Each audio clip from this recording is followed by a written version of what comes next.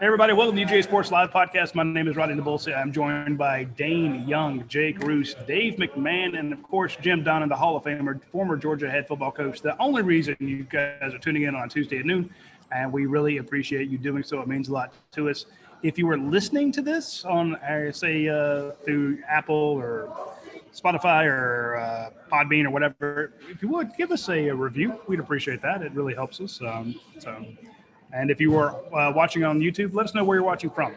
It's always fun to see folks all over the world, all over the state, all over the nation tuning in. It just makes us feel like somebody's actually out there. So, in other words, kind of like that old joke, I can hear you breathing. You know, when your joke bombs, I know you're out there. So. I don't know what it means to joke bomb. Yeah. Big shout out to our friends at Athens Ford, Europi, where we are right now, Academia Brewing Company, where I was this past weekend for their brunch. So more about that later in the show. Of course, Ryan, Lucy, and Aaron Overhead Doors. I heard from Ryan first thing this morning. He's a good guy. And, of course, DR Construction Maintenance. Dave and I are in the Europi location, the original Europi location where the whole thing started with Drew and Natalie French when they came back off a honeymoon, and he had an idea that, they had an idea to open up their own customized pizza shop. You walk in, you pick out your crust, whether you want a keto-friendly crust or wheat crust or gluten-free crust or just white crust. Then you pick out your sauce. You pick out all the toppings you want. They don't charge you per topping like some of these jerks, these other pizza places. You get as many toppings as you want. They turn around, pop it in that super hot oven. The crust comes out perfectly. They bring it to your table. By the time you've got your drink and you sat down and checked your phone, you have the fresh pizza. So we are at the original location, letting everybody know that they are open. They are serving. They have been even for the whole year, the whole COVID thing. They're immaculately clean in here. They've been immaculately clean at all their locations. And we just want to thank Drew and the folks for letting us come in and take over their spot. So we got a lot to talk about this week. It's we're getting close to. Each week we're 1 week closer to spring practice. So I'm always excited about it. I feel this sense of optimism. It's just usually we don't feel this optimism until spring practice, or not spring, but until fall camp, a couple weeks in when you start hearing good things come out of practice. But I think everyone's so excited that they feel that Georgia will have the defense that it's supposed to have. They got a good bunch of freshmen on campus, all 16 of them. They got a good offensive coordinator, good quarterback. There's still a ton of concern about the secondary. We mentioned that last week. But I just feel like the fan base is getting more and more excited, and we're ahead of schedule, guys, for that optimism, that enthusiasm for the season coming. And I guess I'll throw it to Coach Donnan right off the bat. Is it, Coach, is this, I don't want to say is it misplaced optimism, but is it fair to be this excited as the fan base seems to be?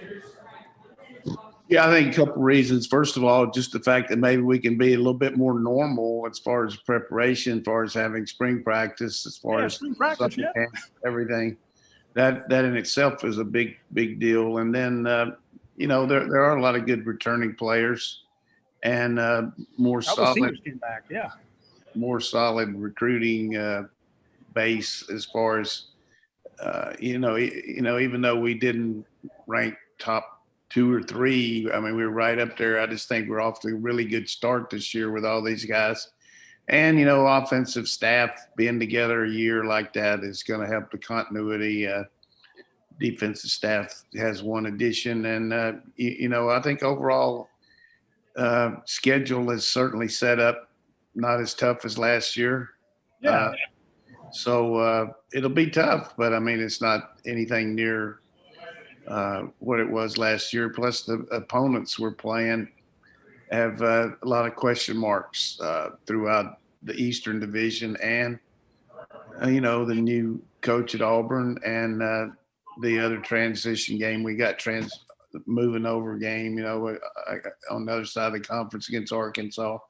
They're going to be breaking in a new quarterback too. So I think throughout the league you're seeing a lot of new quarterbacks. I mean, Alabama's looking at Bryce Young, and school's out on him. I still think his size is going to be a limitation to him. He's certainly talented.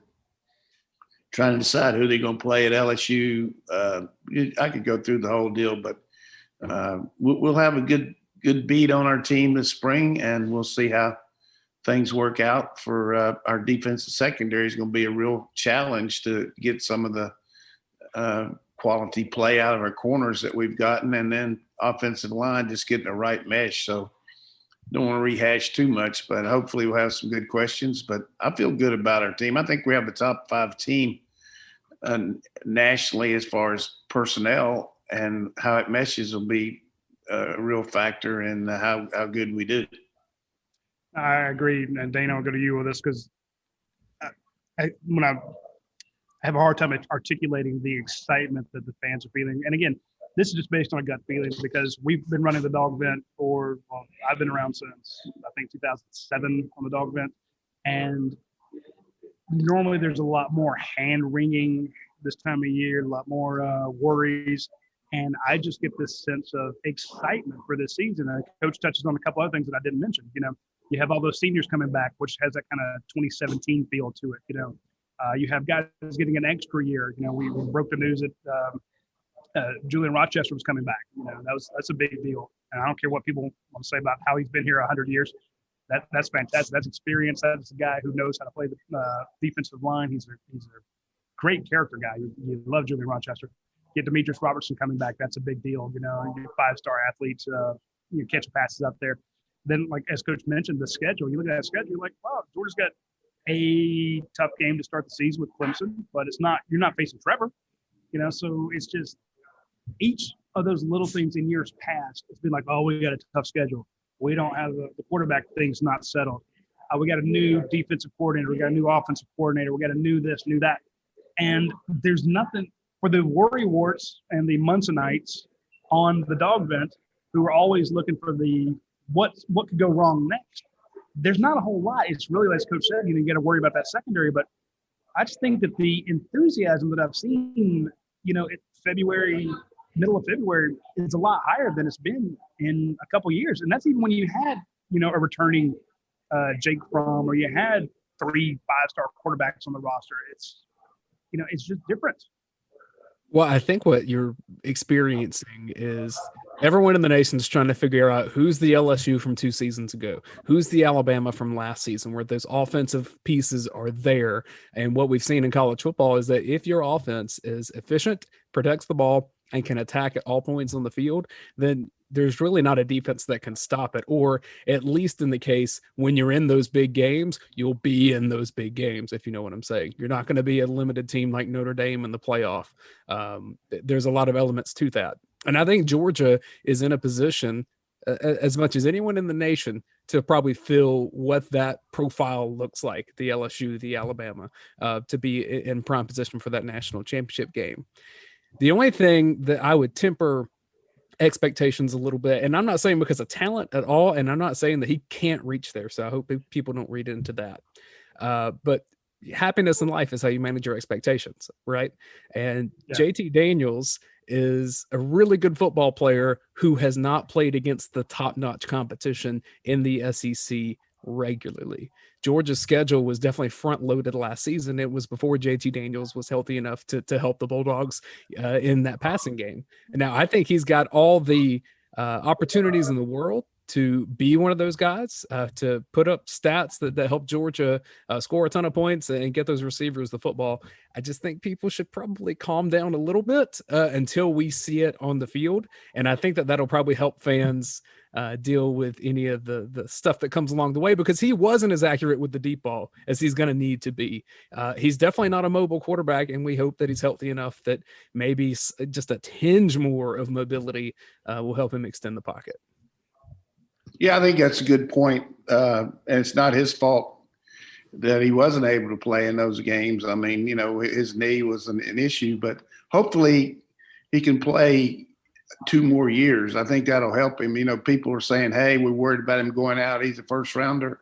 I wouldn't worry about that too much. I think he's certainly a good player and it's got some pro potential, but he could certainly benefit from playing 2 more years. I hope he does. It'll continue to help him develop and grow, particularly under Todd Monken, who has really good. You know, you can get quarterbacks to come to places and everything, not necessarily Georgia anywhere, but who's your quarterback whisperer? Who's the guru? Coach, you've actually been there in the room and developed those guys, developed the quarterbacks. You've been one yourself. I hate to press you on this when you don't have a video clip to show or a whiteboard in front of, but when you talk about development, where does he need to develop? I mean, we know he couldn't take off, and we've heard some good stuff about his knee being a lot healthier than it has been, since he injured it. So we know he's hopefully in the spring he'll be more mobile. But when people start talking, and we've seen the projections first round, and I've seen other people go, hell no. Who projected him first round? Some of the people that need clicks when they start talking about wave, draw. I don't think you've seen anybody, but I mean, that's nothing against JT. But I think there's ridiculous drafts way out there, but people get excited about it. And granted, he was a 5-star guy, so we projected first round if we were say he's a 5-star guy, and doesn't mean we're right. But to me, I think Dayne makes a good point. And of course, we know Dayne hates JT Daniels. It's no question there. He rips on him all the time. But no, it does bring up a good point. He did play against 4 not great teams. Would he have been as good as Florida? Cincinnati was a good team. Cincinnati was good. But we needed a field goal kicker to win the game. My point is, when we say development, can you give us some specifics to what? Well, let me just point this out. What round was Jake Fromm taken in? The 5th, I believe. 5th round, and he had some pretty damn good games against some really good opponents, didn't he? Yeah, absolutely. So you got to really gauge on how much this kid's going to develop, and I hope that he does. And that's no bag on him. I just think he's got a lot to prove to be taken in the first round. He's taken it all. I'm not even arguing that point. I just want to know what does he need to develop? Because again, football literate. His strengths here. He certainly got football acumen. He's a gym rat. He works hard. He's got a very good competitive nature. And, he's won the room over as far as the players on our team, got a lot of confidence in him. So that starts out. And he, really is a very talented, has a big arm, and he knows where to put the ball. I mean, he anticipates throws extremely well, and that's going to help him. He's got to work on his footwork. I think that's one thing that all quarterbacks can get better at. I mean, it just depends on how you're looking at it, but you just can't count on your arm all the time. And I don't necessarily think that he does, but if you just put yourself in his mindset when he knows that he's not quite as mobile as he was before his knee injury, then sometimes you have a tendency to rush your throws a little bit and not use all your technique and do the right fundamentals because you're worried about if they do get on me, I don't know if I can get away. So I think it's just very tough to force yourself to go, when you take the snap and go 3 long and 2 short or 3 short or whatever it might be on your drops, and then read the coverage and do everything else. But I would say from my standpoint, fundamentally working on his footwork, pocket presence, awareness of releasing the ball on time. And if he continues to develop that, that's going to really make a big jump in his draft status and his ability to go to the next level. But playing against the competition that he's going to go against throughout the season is going to help him too, as far as the way people rate him and see how he does and who he goes against and what he does successfully. I think supporting cast, he's going to have a heck of a receiving group, great backs, the O-line, young but talented. So, and the defense is going to be the kind that can take the ball away from you, give you good field position. And special teams, the same thing, where you not always going 80, 90 yards. So a lot of good things in his favor to have a big year and hopefully 2 years. Coach said the thing that I think is JT's biggest attribute, though, is that he came in and he won the room, and his teammates have confidence in him. You have to remember that JT Daniels was Georgia's 4th starting quarterback in 4 months last season. So to provide stability in that spot quickly as a new guy on campus, that's not a little feat. He won over those guys, and that was big. Well, I was going to say too, Coach, I think that you're going to get a lot of those answers kind of off the bat. I mean, you'll figure out – I mean, the best pass rush he's going to face all year is going to be in the first game. I mean, Brian Bresee and Miles Murphy are going to be breathing down everybody's neck, not just JT Daniels. I mean, that's as good of a duo as there is out there. So I think you'll be able to see, how has that footwork improved? How is he rushing throws? Is he still doing that? So the first game – it's going to tell the tape of the rest of the season, in my opinion. Yeah, that Clemson defense didn't give up 6 touchdown passes to Ohio State, so we'll see how it goes. Oh, they are. You're definitely right, Jake. I was just being smarty pants, but I do think those 2 guys worry me. Freshmen, what a tremendous athletes they are. But Clemson's going to have to, do some things on the back end to help themselves. I mean, they got exposed, and I'm sure Todd Monken's going to look at that and work hard to do some of the same things that he implemented all year. But I think there's a lot of carryover too. I know when I took over jobs, and from the first year to the second year, it's just like night and day as far as the team reaction, as far as how the players are going to react in stressful situations, as far as who's going to do better than others. Sometimes you count on guys and you don't really realize that they're not capable of it, or you count on you look at a guy and you think he's not, and then he does it. And I've said this millions of times. The first year I overrated so many players at Georgia that I was counting on, and I'm sure they're counting on me, and I underrated some. And, after a year, you find out who the guys are. And that's one thing Monken has done with his staff and the players. He'll be so much better as far as games, everything about it.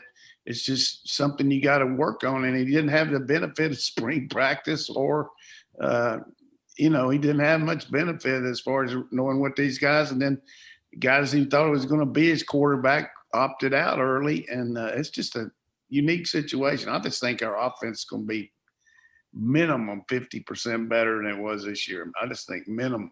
Don't you guys? It should be. I do. That's kind of why I started the whole show off with the whole optimism. Sorry, Jay, go ahead. No, I mean, it should be. I mean, I think just from a continuity standpoint, it should be. That should benefit everybody as much as anything. I mean, offensive line, I think, is your big question on when you're talking about the offense. But like you mentioned, Coach, those guys are young but talented. And I think that it's a group that can mesh. I think it probably helps to have Matt Luke, kind of taking the reins another year, like you said, just the continuity of all of it. I think that that's really big for kind of everybody involved. And I think that that's probably why you'll see Georgia take a step forward 50%. That's a big expectation. I'm not saying you're wrong at all, but I think that they'll definitely be taking a step forward. Here's the underrated thing, though, in searching for the next LSU, Bama offense, whatever. Joe Burrow had played a decent amount of college football. He was an older guy. At that point, he was barely taking classes because he had kind of done what he needed to do. He was, full-time quarterback at LSU, so to say. Mac Jones had been in that system with multiple different guys, but he knew those players at LSU for years. That maturity that comes with that. Yeah, can freshmen and sophomores come in and be Trevor Lawrence or Deshaun Watson? Yeah, that's possible. But way more often in college football, it's the mature quarterback that can lead everyone, show them where they need to be, and they also have talent on top of that. It tends to be that people focus on the talent piece of it, but man, a lot of life changes when you go from 18 to 20 or 19 to 21 or 22 in some cases. I think you nailed it with the fact that you mentioned 4 different quarterbacks in a short amount of time. So they have 3 different offensive coordinators in 3 years, so you go from Chaney to Coley to Monken. That doesn't help a whole lot. You got a new offensive line coach last year. He got the bowl game in, but they're still feeling their way.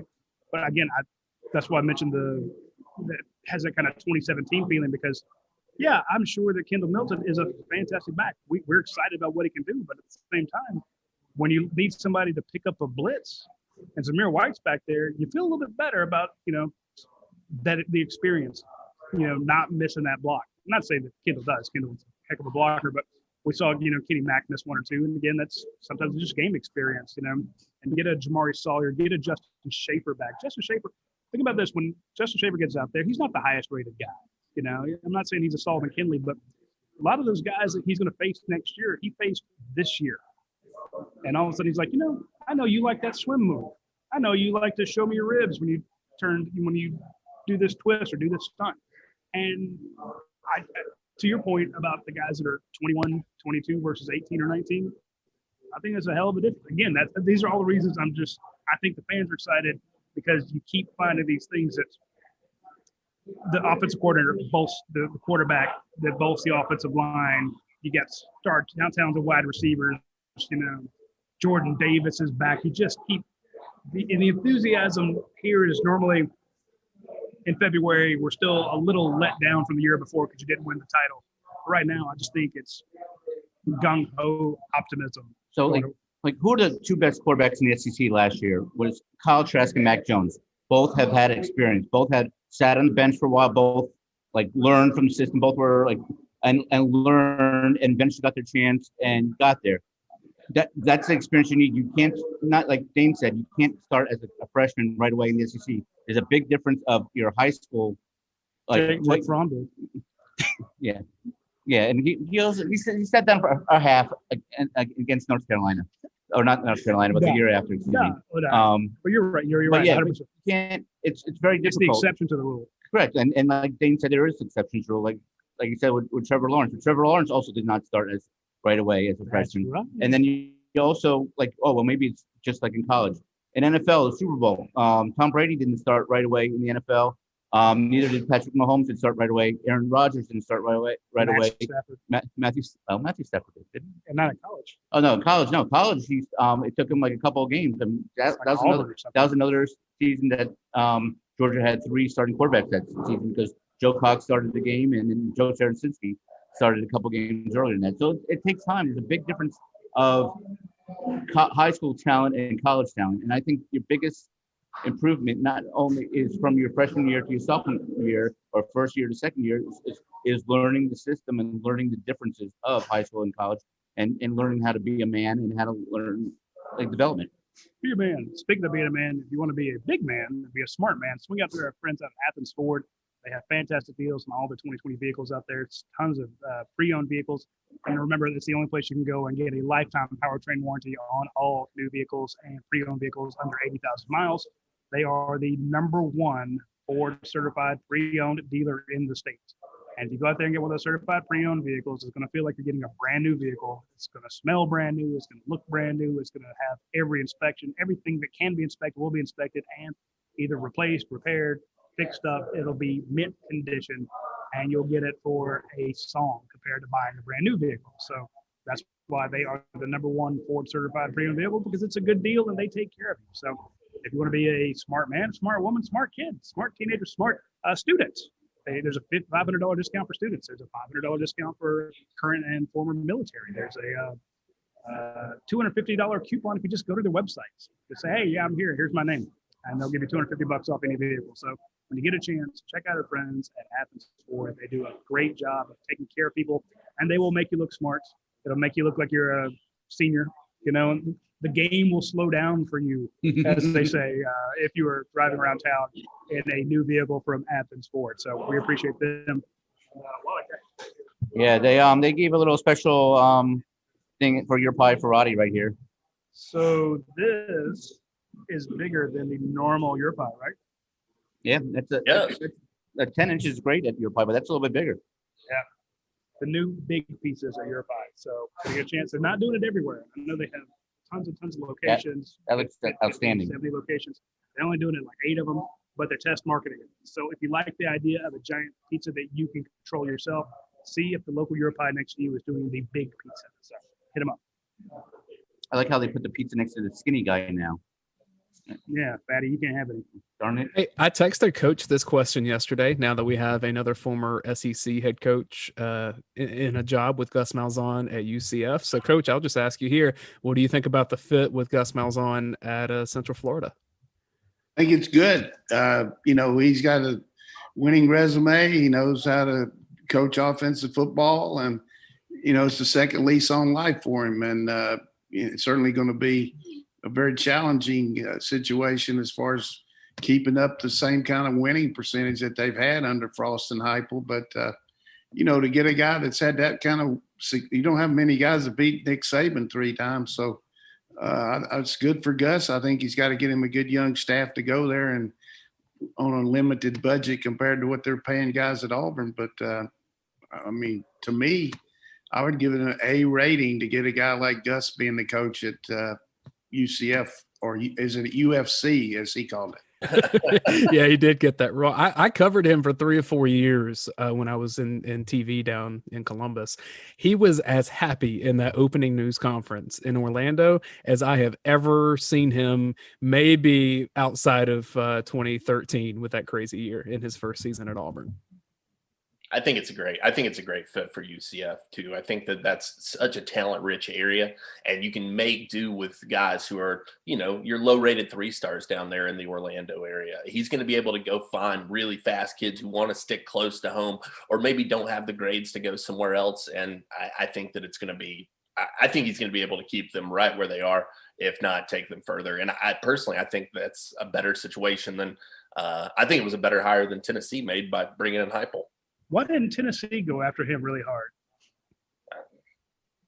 Maybe he knew about what every year. This is the guy that's beat him 3 times. Seems to me like, and maybe he didn't want to go there, but I never really got the feeling that they were going after him really hard. It's hard for a team in the league to go after a guy that, whatever reason didn't win big enough and lost 4 games a year for the last 6 years. So. But certainly of the people they were looking at, I would think he would been a good hire for them too. But I can't believe he would. Here's the thing. Did you guys see Tennessee's graphics on maybe our man Stats can look it up, where they were introducing their new coaches, had this big bright orange thing out there and then had a black and white picture for every coach. I mean, come on. This is the University of Tennessee, a big-time program. It's not 1949. Maybe I'm wrong, but I see all these funky graphics and all these beautiful – am I wrong there? Tell me. No. It looked like they used the Xerox to put it together. They could have used Photoshop. Maybe you got to think there's some kid on campus. Look at it, Roddy. Look at it, Dane. I'm looking at it. I'm not impressed. I can't imagine though why Roddy is questioning the decision making of the higher ups at Tennessee. That just doesn't. Why would they go? Why wouldn't they go after Gus Malzahn? How dare you doubt them?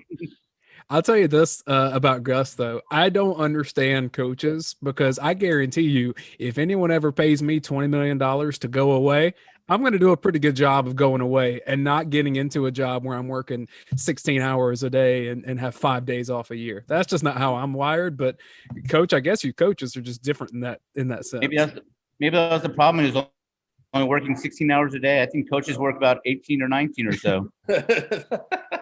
Yeah, the thing about it for Gus, though, he knows who the boss is. He worked with this guy for a year, and there's something about being wanted like that. He was the guy, felt like it'd be a good mesh, and there's no question about a non-power 5 job. This is among the top 2 or 3 in the country, and they got the resources and the manpower. You always look at a job, can you get players there?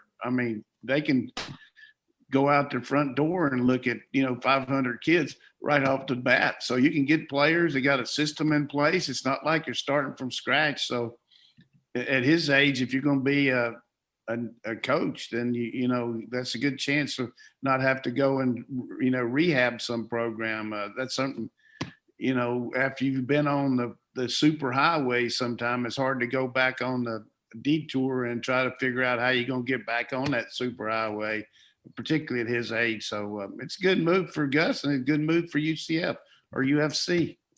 Do you think he can handle the pressure cooker of UCF? Yeah, that was what I was about to say. I was about to ask it too. As that young man asked, do you think he can manage those expectations at UCF? That was really a good question of being truly aware. I was watching my daughter Tammy showed it to me, but they had a press conference. This Barantini guy had to default, or he called a walkover. He defaulted in the Australian Open. And so they had the press conference, and some guy at the press conference, the first question, he said, "How do you feel like you played today?" The guy didn't even play. It's a bad look for all of us talking heads that when that ends up happening. He didn't even play. That's the main reason I've asked bad questions before. Remember Mark Rick jumped down my throat because I asked a stupid question after a game. I don't even remember what it was, but it was well deserved. It was dumb on my part. But everyone asks a stupid one. But that's one of the reasons I love doing this show is because we'll hear someone say, "Well, this quarterback needs development." What the hell does that mean? It's easy to say, and it's easy cliche, and all these talking heads and film analysts and guys will throw something out there and act like they know what the hell they're doing, because we could say, "Oh, he'll benefit from another year." Well, what will he benefit? What exactly will benefit? What will be better? And then I can hit coach up, and he's like, "Well, this kid needs to work on his footwork, or this kid needs to, know what to do in this situation. He needs to improve this, and that's why, Coach, I appreciate it." And Roddy, you're exactly right. That is the difference of this show and other shows is that other people just say things, blah, blah, blah. Coach gives us reasons. Coach gives us, he gives us the why that no one else can. And by the way, I would say one thing that I would count on our team being successful this year. Oh, nice picture there. Would be this. Ice cream and brownies. George Pickens needs to play. I mean, you take that guy away in the 2 games, Kentucky and Florida. I mean, without him, we're not near the same team, regardless of who the quarterback is. So, I think same with Jordan Davis. To me, Coach. Well, I mean, you could say it about everybody. We didn't give too much credit because we just wrote a story about the defensive line, but it feels like the defense is completely different when he's in there. Well, it helps to have Jordan too. I mean, LeCount. I mean, all those guys didn't play, but that's spilt milk. But I just feel like Brent Rollins did a good job on our site talking about 32 targets, 23 catches for Pickens, and he caught, 4 big balls for, touchdowns and some great catches. But just makes the whole defense worry about a lot of things when he's in there. And very comforting to go to the line of scrimmage and look out there and see that guy's out there. I don't care who's covering him. I mean, it's just always like to know your best guy's in there to let it go. And he's, if you're going to throw the ball to Hines Ward, he's probably going to catch it. I mean, you're going to throw the ball to some of the great receivers we've had here. They're going to catch the ball more times than they're not. So I think that had a lot to do with our lack of success offensively, as much as poor quarterback play sometimes was not having Pickens in the game. Oh, yeah, look at the passes that were dropped. We give a lot of grief to the quarterbacks, but there were a lot of passes that hit guys in the hands, that they could have caught. I think it was probably a good feature for us to go through and do the amazing catches and then the amazing misses. It gets you excited, but then it also just drive you crazy. Compare Stetson Bennett's first half against Alabama to Ohio State's first half against Alabama. Oh, yeah. That'd actually be a great one right there. I do want to mention something that is, I think, a great idea. I actually did this past Sunday. Yeah, Sunday at about 12:30. Our friends over at Academic Brewing Company are now doing a brunch on the weekend. They call it beer and biscuits. Sure enough, you go out there and they have these giant biscuits that you can get all sorts of different ways. They have great pimento cheese grits that you need to try. My family loved them. I'm not a grits guy, but my wife and son absolutely pounded them. They thought they were fantastic. I had the biscuit with the triplata on it. So you had the triple meat biscuit. It was fantastic. It's that actually comes on a sandwich, and best sandwich I ever had. Fried egg on top, with the pulled pork. It's just phenomenal. So great sandwiches, great biscuits, tons of great beers. You can get your what we call it, the Bloody Marys that you want. You can get all your favorite breakfast drinks. So it's not just beer, but they call it beer and biscuits. And check out our friends at Academic Brewing Company.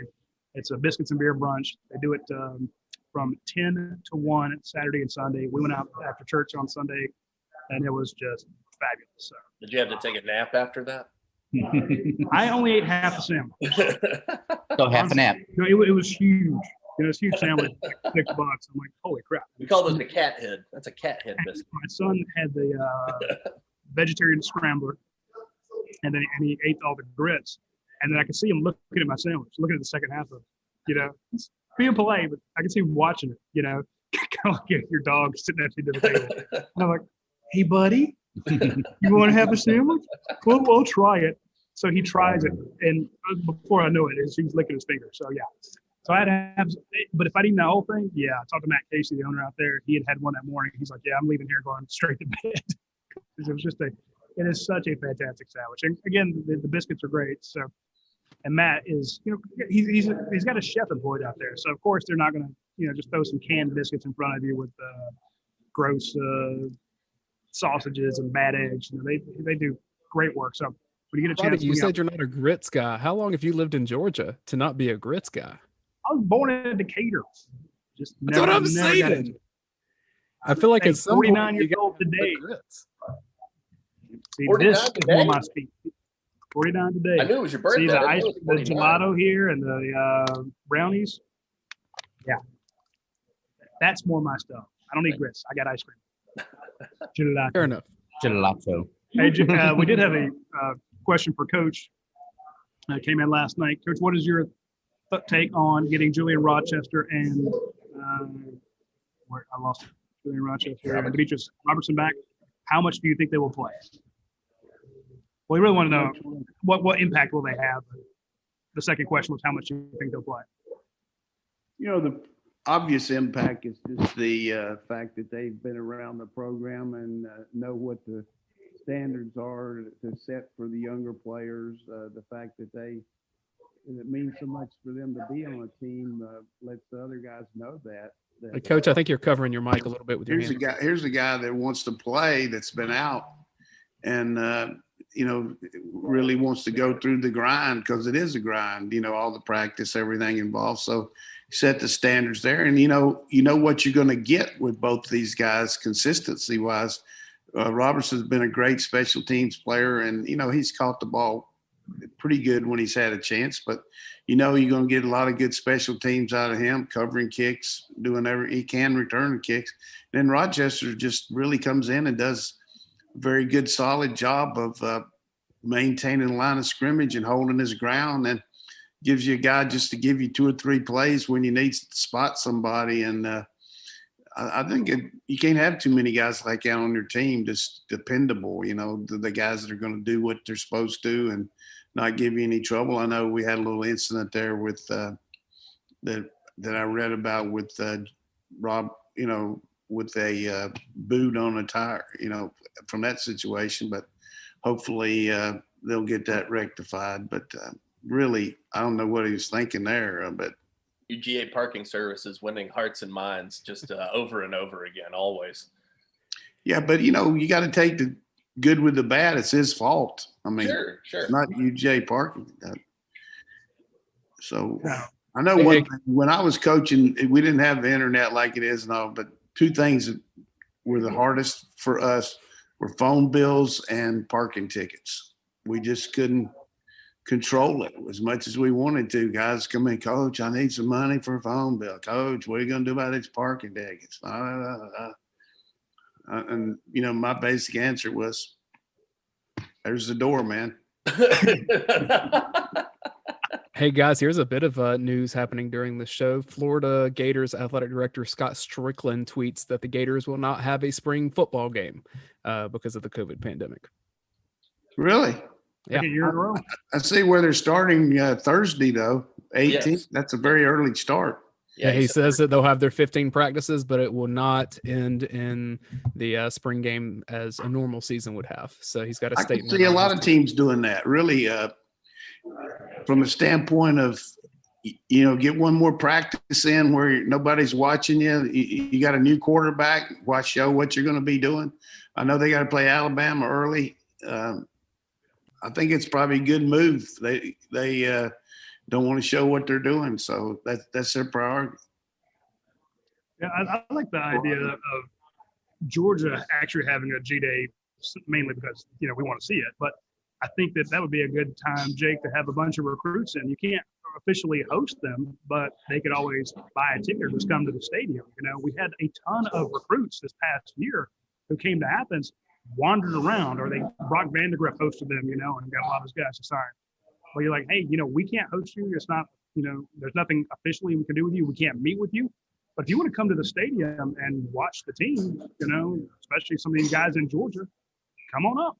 Yeah, and fingers crossed that the NCAA does the right thing and gets this open soon, because there is talk that they're going to bump this back to May 31st again with the visit restrictions. I mean, this 2022 class, what a handicap they're playing at. I'm not saying the 2021 guys had to deal with something nobody's ever had to do. Some of these guys have received every offer they've ever had without being able to check out a single school. And they've already bumped it back to May 31st, hadn't it? I know that was discussed. I don't know. Did they lock it in? That was the. I know that was recommended or what they recommended. It was a recommendation. Right? I don't know if they could have stepped it yet. Yeah. But again, we had the story with Kirby Smart saying he met some of his 2021 guys for the first time when they stepped on campus. Yeah. And he said, yeah, we've known them, but the first time I actually meet them face to face was when they showed up. And it wasn't a lot of them, but there were a couple that he hadn't met before. And you've got a bunch of those 2022 guys. Luckily, and again, when Jake would go to games and do those photo galleries and take pictures of a kid last year and say, this is a 2022 kid. And you're thinking this kid's 2 years away, or prior to that, this kid's 3 years away. And when Jake puts up his photo galleries, you need to look on those names, because there's a reason George is inviting a true freshman to a game, or a sophomore to a game. And that has paid off huge for this 2022 class. Some of these 2023 guys would like to commit. So I'm saying very, very well done to be ahead of the curve. It's paid monster dividends now, but I just think if you have that G-Day game, you can tell those guys, hey, y'all can come up. And we can't do anything, but you can at least you do something. And if Florida wants to get rid of their spring game and not have that opportunity, come on down to Athens. More power to them. Because how many times have we seen a kid try to decide between a spring game or a recruiting event? Well, so-and-so's having a cookout that weekend, but these guys are having a dog night, and those so-and-so's having a private camp, or invite-only camp.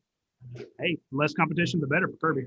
I will say it would not surprise me, though, in the least, to see Georgia go this route. I don't have any inside information that they're going to do so, but I think just for some of the same reasons. I mean, Scott Strickland says Ben Hill Griffin Stadium is being used as a large-scale COVID testing and vaccination site. Like Coach said, look, Kirby Smart's not exactly the most forthcoming when it comes to allowing people to watch what they're doing. So another secret practice might just be the answer. Hey, look at our first game. Yeah. Look at all the question marks in secondary. Well, let Clemson see that, So there's a lot to be said about that. I tell you what's going to be really, really aware to me is if for some reason we aren't able to have camps this summer. So you're going to go 2 years in a row. You're going to see a lot of recruiting mistakes after this year. No question. Most of the kids had already been to camp, juniors and things like that, sophomores. But if you go 2 years in a row without having camp, you're going to have a lot of guys get signed that aren't as good as they're supposed to be. No question. Whatever decision comes in Georgia's G-Day game, it's going to have cohesion with the university's graduation celebration deal, because what you can't have is athletics saying we're going to have G-Day, everyone come to the stadium and be as safe as you can, but we're going to have a virtual graduation the next month. That just doesn't work in terms of optics. Sure. Good point. Our fan base would be okay with it, though. Who cares about graduating? This is football. Did you go to your graduation? I'm How many people go to the graduation? How many people go to the football game? That did bug me. I saw that. You just put yourself in a parent's. Put yourself in a parent. I think they should have see their kids graduate, especially after what they paid. Absolutely. Hey, I loved my graduation. It was a big thing for me. So I enjoyed graduating inside of Sanford Stadium. That's a really cool thing that I'll remember because it was important to me and my dad. And I didn't do it. We had. We had the Grady Journalism School had their ceremony. And my dad came to that. And that was the first of his sons to graduate college. So that was a big deal. He came to it. But again, I'm all about it. It was probably the most proud he's ever been. Until I had my son, then he was oh, you did good. but now I'm with you there, and I think I teased him, but I think you're 100% right. So look, you're going to have G-Day. You need to have graduation inside the ceremony. I mean, that's the only time some of those people will ever step foot on that field. It's been 5 years in college. You want a chance to 5 stand up, years. Genius.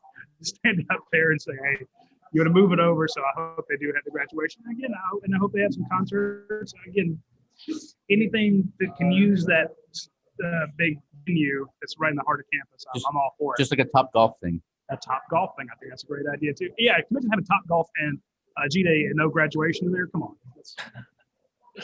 That is unacceptable. Speaking of top people, mention our friends over at Aaron Overhead Doors. They're not top golfers. They are top installation specialists and repair specialists for your garage doors. They are tops when it comes to customer service. They do a great job there. They do an unparalleled job, to be honest. I've seen some of the reviews. If they're all 5-star ratings. One guy actually said, hey, I'd like to give them 6-star ratings.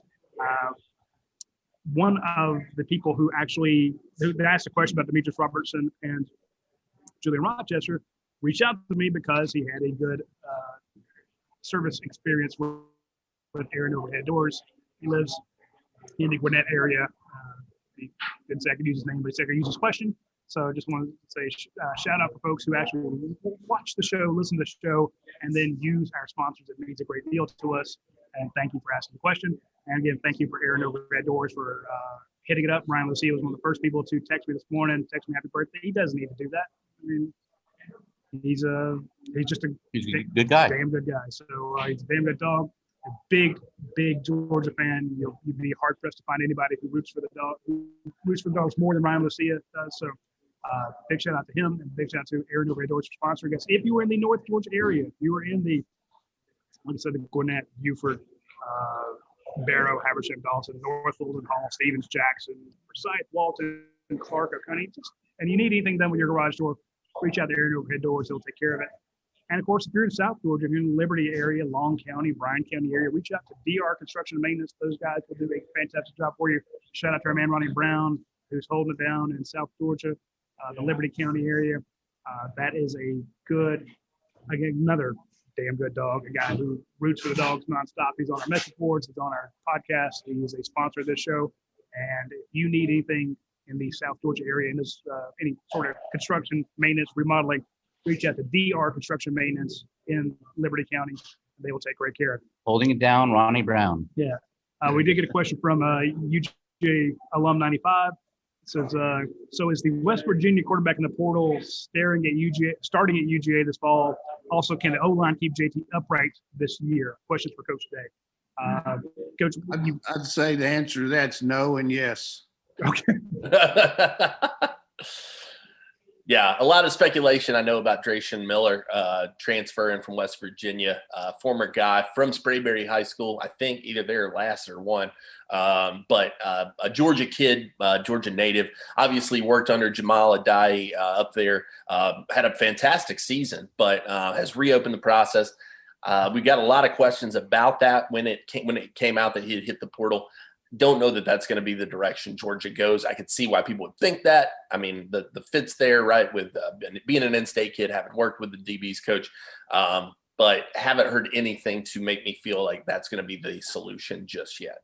Yeah, I don't know the answer to that, but I do know this from a perspective of the room of the defensive backs there. This guy would have to be a Tyson Campbell, an immediate impact guy that could come in here and start. Otherwise, you're establishing credibility with your players. You're trying to work out with them, and you're trying to help them understand that you're being fair and all that. I mean, just a general feeling would be that this guy's getting a better shot than me because you coached him at West Virginia. I mean, unless he's really good. If he is, then so be it. He deserves it. That would be my initial reaction to it, from the standpoint of the guy that came from Alabama. Kirby knew that he was better than what we had, so we brought him in. So I would think if this coach, our new secondary coach, thinks after watching spring practice, which he can't come till the summer anyhow, after spring practice, he sees all these guys. He sees Kimber and all these guys compete along with speed. I feel like Ringo's going to be the other side unless something changes. Then maybe you look at the guy because he can say, hey, this guy's better than them. But I just think the natural assumption is, hey, he played for the guy at West Virginia. Let's take him. Yeah. But West Virginia compared to playing corner at Georgia, different ball game here. We all made that assumption. It's like, his position coach goes to Georgia. He's from Georgia. They need cornerbacks. Was a starting cornerback. He's leaving. So yeah, you go 1, 2, 3. But I think the second question that UJ Alum 95 had was the one about can the offensive line keep JT Daniels upright? And I know that I'm always looking for something to worry about. It's just the nature of the months and night in me. But I like where Georgia's at, but you're out a couple tackles again. We're changing the tackles around a little bit. Warren Brinson will be back. Warren McClendon will be back. Go eat some gelato. Don't worry about it. That thing there. I have to worry my head about it. You can't. Our O-line doesn't. Experience, and they're going up against Breesy and Miles Murphy. O-line doesn't worry me. Okay. All right, I got a couple rapid fires here for you, Coach. We're gonna. I'm just gonna throw these to you because we're a little short on time. So what's my time limit here? Let's say you got a minute apiece on each. That's too long. Okay, well then go 30 seconds. All right. Adjust as needed. All right, Primetime Dog over on the board. He says, Coach, could you see Amir Speed or William Poole possibly starting at corner versus Clemson from the opening snap, allowing younger players to rotate in? Or do you think that you'll see either one or both of Ringo, Kimber, and Green during that game? Well, we know a lot about Speed and also Poole, what they can do, and we know what they can't do. We haven't seen the other three do a lot yet, so we'll have to see how that goes in spring. But I would say that the more than likely, based on what we need to have, Speed and Poole are going to have to make dramatic improvement to be a starter, and that's nothing against them. But I think these other guys have more ability going in, so I would say one of those three would probably start over those other two, in my opinion. All right. Boy Racer 45 wants to know, are there any second or third year players on the team who maybe haven't made an impact yet that coach thinks has a chance this year? Examples such as Clay Webb, Mikael Sherman, Treble Davis, Tresman Marshall, Devin Willock, Jalen Kimber. Well, I would say the last two, Willock and Kimber, for sure. Webbs needs to come on. I mean, it's time for him to do it. The other guys, I haven't seen enough about Davis because of his shoulder. Who were the other two? Sherman and Tresman Marshall. Sherman, I really like. I think he's got a good motor. He did some things on special team.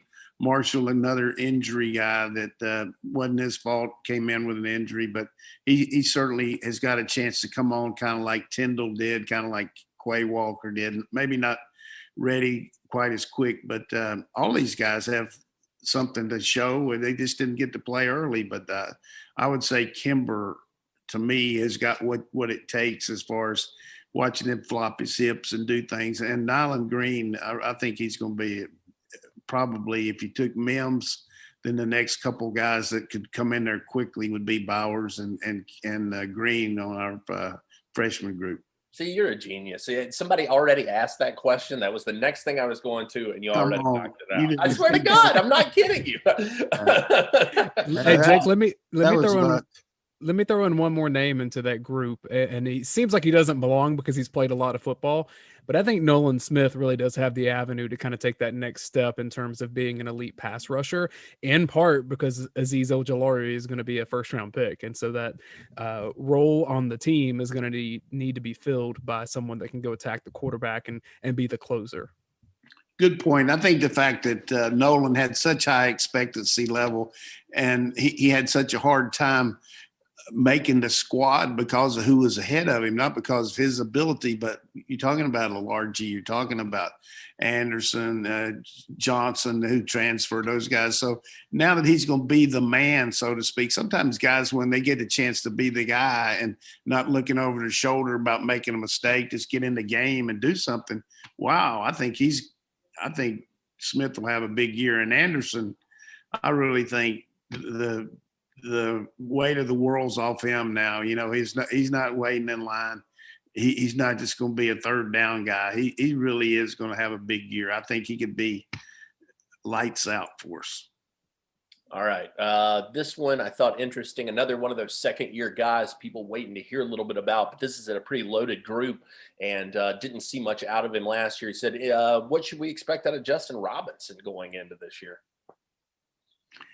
I watched him when he was here for the practice when the last time really that we were practicing when anybody was over there for the bowl game 2 years ago, and he looked pretty fluid out there. Just came off a state championship, and he just got some big competition ahead of him. I think it's going to be how much he develops on his. He's not a real burner, but he's a possession type guy, and he's got good skills. And there's a place for him on any team. I think he's got a good attitude. He's just got tough competition right now, but he's definitely a guy we can look at. Well, and I'll add to this about the depth chart thing, because people think George Pickens or Jermaine Burton, Dominic Blaylock, who's coming back. The name that I have heard from people that I talked to that was really beginning to make an impression upon coaches and people in the program, and it happened right around his injury, was Marcus Rosemy-Jacksaint. No question. I mean, the guy's a legit big-time player. He's legit. I warned everybody coming in when he was in high school. I knew it. All right. This one for everybody. Just because I think it's an interesting question and one that hasn't been asked, actually. Bulldog Ben says, who is QB2 versus Clemson? Stetson Bennett. You need a guy that's been in the fro.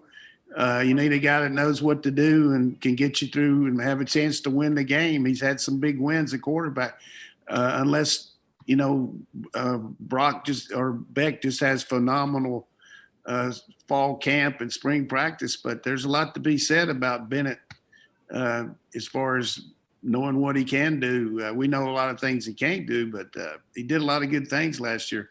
I think it's going to be a big question mark what he does after spring practice. I mean, will he go somewhere and try to play 1 year where he could be the starter, or will he stay here? I hope he stays here.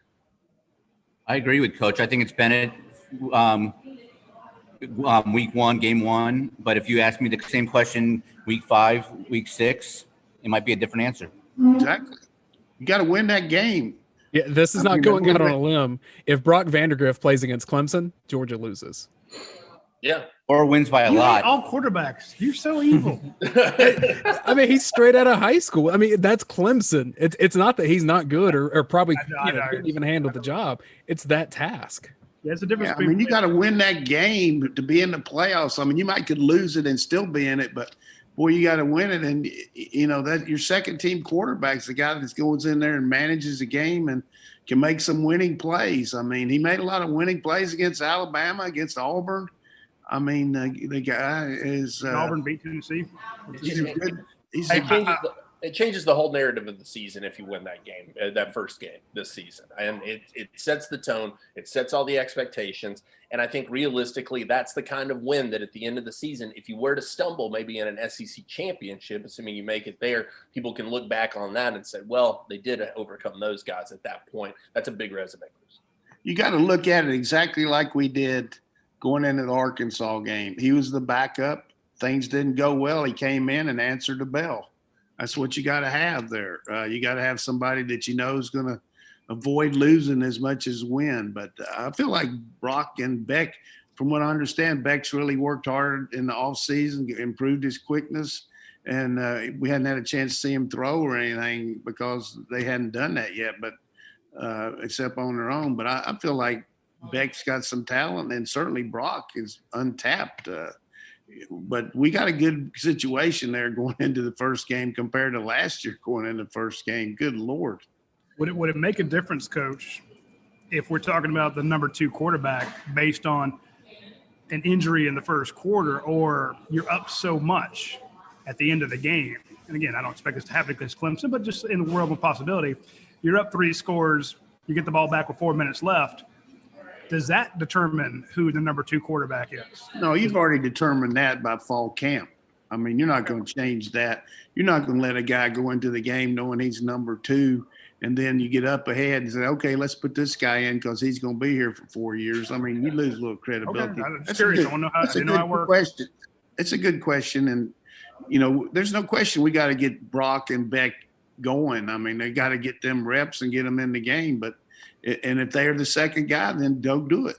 But you got to be very careful about how you handle the psyche of talking somebody to come back and be your backup quarterback, and then all of a sudden you get the first game and you're winning and you don't put him in there. Come on. And Roddy, even in your hypothetical, if George is up 3 scores on Clemson with 4 minutes to go, JT Daniels is still going to be in there because it's Clemson, and you just can't have stuff go wrong at that point. No, that's fair. That's fair. But I was just thinking when they asked who's the number 2 quarterback, I'm like, it seems to me that would almost be my first thought is that would be a conditional thing. Is it the number 2 quarterback because your number 1's down, or is it number 2 because, hey, we're winning, we're going to put in the second guy now, and we got to get these guys experience. We got to keep all the different quarterbacks happy, blah, blah. So that's why that's why I ask. And, Coach says, no, that's not how you do it. And it makes sense. And every year, Kirby, that's happened. Like there's been an injury in the first game in 2016, 2017, 18, I guess it was, but 19, yeah. So be careful. Yeah. Well, here's the other thing. We got that situation where it's okay, but you look around the conference and you got so many teams up in the air. Who is going to be their quarterback? Their number 1 quarterback. They're not talking about their second quarterback. Who's going to be the number 1 guy?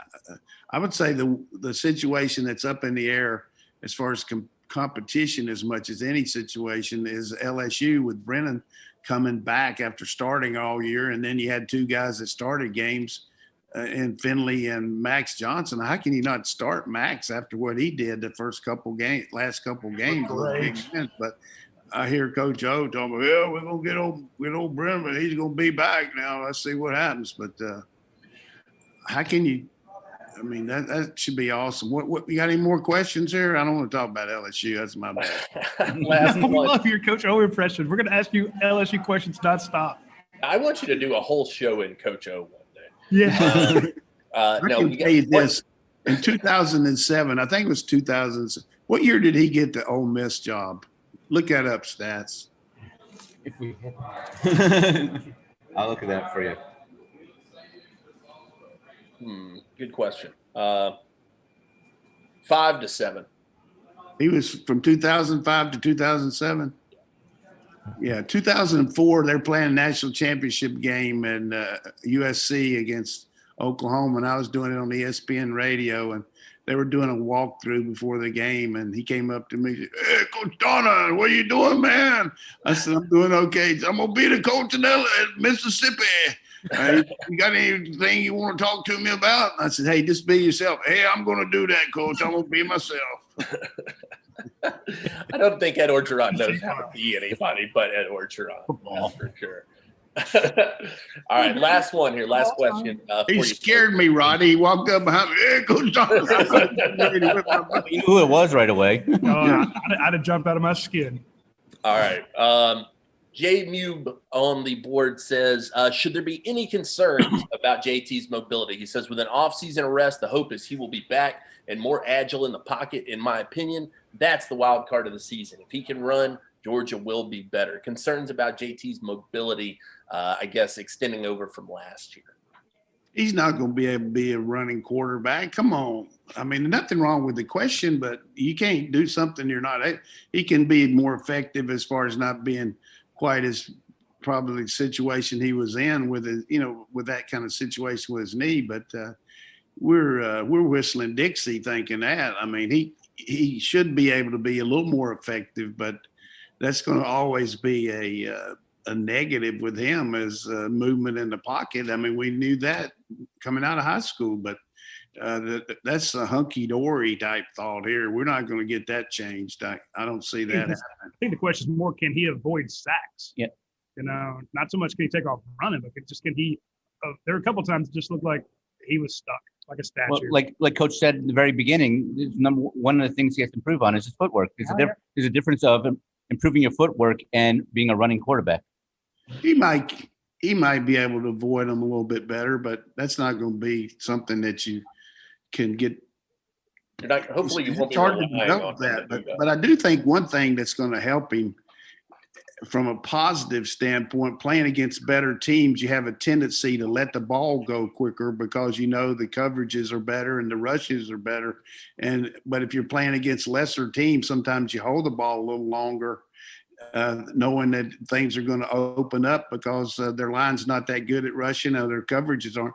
And that's something that I think these pro people are talking about. Justin Fields, hey, he holds the ball too long. Well, he can hold the ball a long time in the Big Ten. I mean, there's nobody up there to cover the guys, and he waited. But I've seen him here at Georgia release the ball in practice very quickly. So sometimes people have a tendency to overreact and talk about things, and I'm not talking about Fields here. Just I think going against better teams will help us on the pass pro just because he's going to be more in rhythm because he knows he can't hold it as long. You nailed it, Coach. The best way for JT Daniels to avoid the sack is to throw the football. And, he doesn't hold the football too long very often. That's one of the things he does very well, I think. Throw it to number one and say goodnight, Gracie. There you go. Coaching's not that hard. Number one. It's a one-digit number right there. Or throw it to Big O. Yep. And 1-0, the perfect 10. Yeah. Throw it to 1, throw it to 10, throw it to 7, throw it to 0. I mean, 4.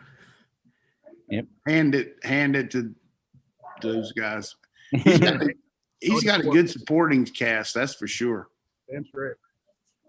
Again, that's why, to bring it full circle, I just think that's why so many people are this optimistic. I've seen the fan base just kind of, I don't say giddy, but way ahead on the optimism charts as to where we normally see them throughout the years. And I think just because the way everyone's watching this, and that was my question to Coach right off the bat. Is it well-founded? And the Coach says yes. We pointed out a few things need to be worked on, and we'll see that in spring practice. There's a real difference. Seriously, there's a real difference between optimists and pessimists and realistic approach to things. And, we're a lot more should be optimistic because of the realism of who we got. I'm trying to make sure and whereas last year when we had these shows in the summer, I was a little more pessimistic because I knew what we had in the O-line, the question marks. You were right down the money. You told people to rein in their expectations, and you hit the nail on the head. So plus the guys we lost that went to the NFL, but this team right now, personnel-wise, ranks with anybody in the country, college teams, and we just got to fill a few holes. The other thing that's very comforting is our kicking game. Our kicking game should be stellar. You got a guy that can kick when the band's playing in Podlesny. You got a great punter. You got good kick return guys. You're going to have a competition there between Blaylock and Kyrus Jackson. I mean, to be the punt returner, come on, how much more competition could you have there? And then you got James Cook, make it crazier. What's that? Put James Cook back there. Oh yeah, I mean, you got all those guys. I mean, and Arian Smith do it, and that's not even talking about Arian Smith on kickoffs. Yeah. It's a plethora of talent. Yeah, we haven't even mentioned him. We had one of the fastest players in college football. We didn't even talk about him. One of the fastest people anywhere, not just college. That's fair.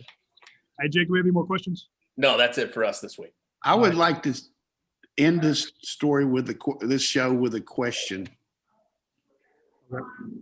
Okay. Back in the 60s, there was a group that had the name of the group was the Beatles. There was John, Paul, George, and Ringo. Pete Best. Ringo. I'd like to end it by saying happy birthday, Roddy. Happy birthday. Like that, Roddy? The fearless. I do. I do. I like it. Roddy, you're 49 today? 49 today. Happy birthday, Roddy. Thank you. I want to give a little kudos to my man, Stats McMahon. People behind the paywall saw that greatest poem of all time. Poem that he wrote, and very talented. But the thing about it, it's hard to get a friend like these two guys have for each other. Went to college to know each other all this time and knowing you can count on somebody. I sent a little note to Stats today about, hey, it's important to know you got friends like that. And fortunately, I've got you guys to be friends with me, but you never want to take that for granted, particularly on your birthday. So I thought that was a very genuine, heartfelt type deal that Stats put out there. You can't write that many stanzas if you don't know somebody from the time they were 18-year-old. Roddy's gonna make light of it and just try to bust me up right No, here. I'm serious. I'm saying that because Dave did such a good job that some of the stanzas in there are kind of inside jokes. There's a lot of inside jokes, but I also mentioned the sponsor, so it's good for that. You know, like that. I mean, that's the CBS and Stats. He knows how to get those sponsors. He knows, a long time. So someone's known you 31 years. They know your good side and bad side. If they stick around, seeing you at your worst, seeing you at your best, you know they're a damn good friend. That is. And that's what the University of Georgia brings to you. So you 17-year-old recruits, come to the University. It was funny. We had the conversation. We were talking about a 2-year versus a 4-year college, or going to community college or a smaller college, then transfer to UGA. And my wife pointed out, she's like, aren't most of your friends the guys you were met as freshmen? I'm like, yeah.